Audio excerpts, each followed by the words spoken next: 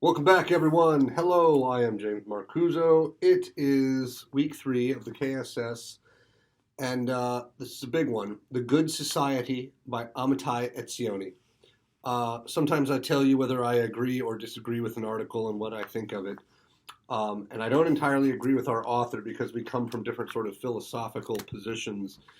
Me being a little bit more individualistic, and our author here, Etzioni, being a bit more communitarian. In fact, he runs the Center for Communitarian Studies. He's an accomplished author, a prolific writer, and a pretty serious and deep thinker. So while we disagree on a small number of things, this is going to be one of the more impressive, intelligent articles that you're going to read over the course of the semester. He definitely says things that you can agree or disagree with, and he makes a lot of really fascinating points. So, moving on. He talks about what communities are. He defines them in simple terms. In the first page, communities are two things. They're a combination of two elements. A web of affect-laden relationships.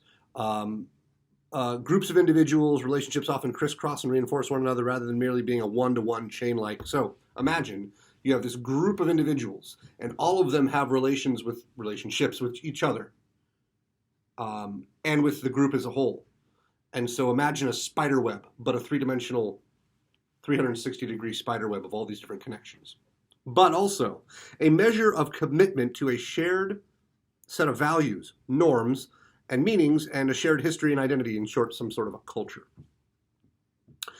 So from this, he goes into a discussion about the values of bonds and their limits, and then about exclusivity. And so I'll try to sum all of this up, because there's a lot to be said. Communities are the way we function, like it or not. And one of the problems that he sees is the exclusivity of communities. And I think he and I both agree that it's a natural byproduct of human existence. But he also thinks that it's something we shouldn't necessarily foster. He says it's decidedly a normatively negative thing that they exclude. And so, well, I don't know what you're going to do about that, because we define ourselves by what we are as much as by what we're not. Because we can't associate with everyone everywhere, right? There has to be limits to how far out we consider our personal bonds and our personal connections. So at a certain point, like, you are you, and maybe part of your friends are what you see as you, and maybe your family is what you see as you, and maybe what your community maybe you see your community as part of you. But at a certain point, somebody on the other side of the world is not you. Another country is not you. A different culture is not you. A different religion is not you. So I kind of talk about this in terms of concentric rings of association. You at the center, your friends and your family immediately around you, and then your community and neighborhood, and then you're and bigger and bigger and broader. And eventually, you just can't identify with anyone beyond a certain distance and amount of differences in values.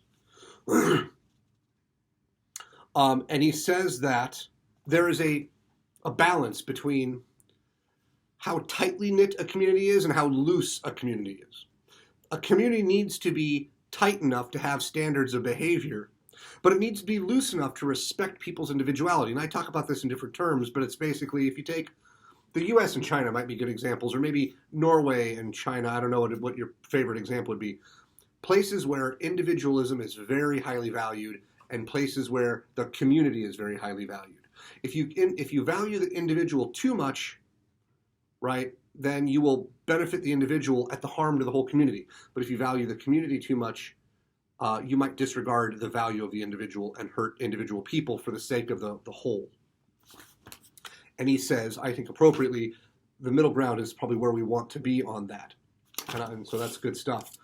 He does talk about the idea that the criteria for exclusion from a community should not be race, ethnic origin, religion, sexual orientation, or a host of other criteria based on ascribed statuses.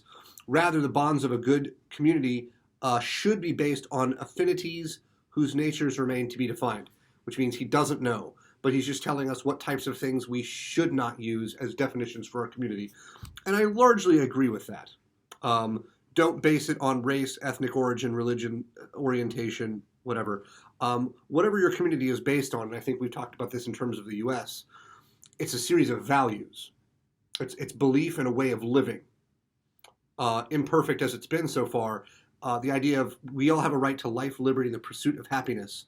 If we all agree upon that, then that's a starting point for can we have common social mores, even if we're different skin colors, preferences, religions, ethnicities.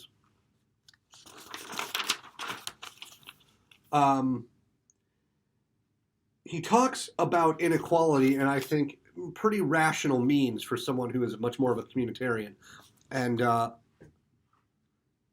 he said, we should therefore be concerned with greatly reducing inequality rather than with equality as the end state. And I think that's a smart way to look at things, because making things perfectly equal, whether it be equity of outcome or some insane end goal where we're all identical, or it's not realistic. It's not a legitimate proposition, and you would do more harm than good in creating that type of equality. So he says mitigating or reducing inequality as a goal rather than with perfect equality as the end goal. And I like that he makes that distinction. Then he gets into a discussion about moral dialogues and megalogues. And this is where, outside of the sphere of policy and government and law, cultures have discussions, culture-wide discussions. Sometimes they're very sloppy, they're very messy, they're very fuzzy. We don't know how long they're going to take, but it's the means by which we reaffirm what our values are and what our values are not. And of course, this changes over time, and so our values change over time. And I think he is probably right about that, more or less. And we don't exactly know how social media is going to affect it, but we do know that it will have an effect.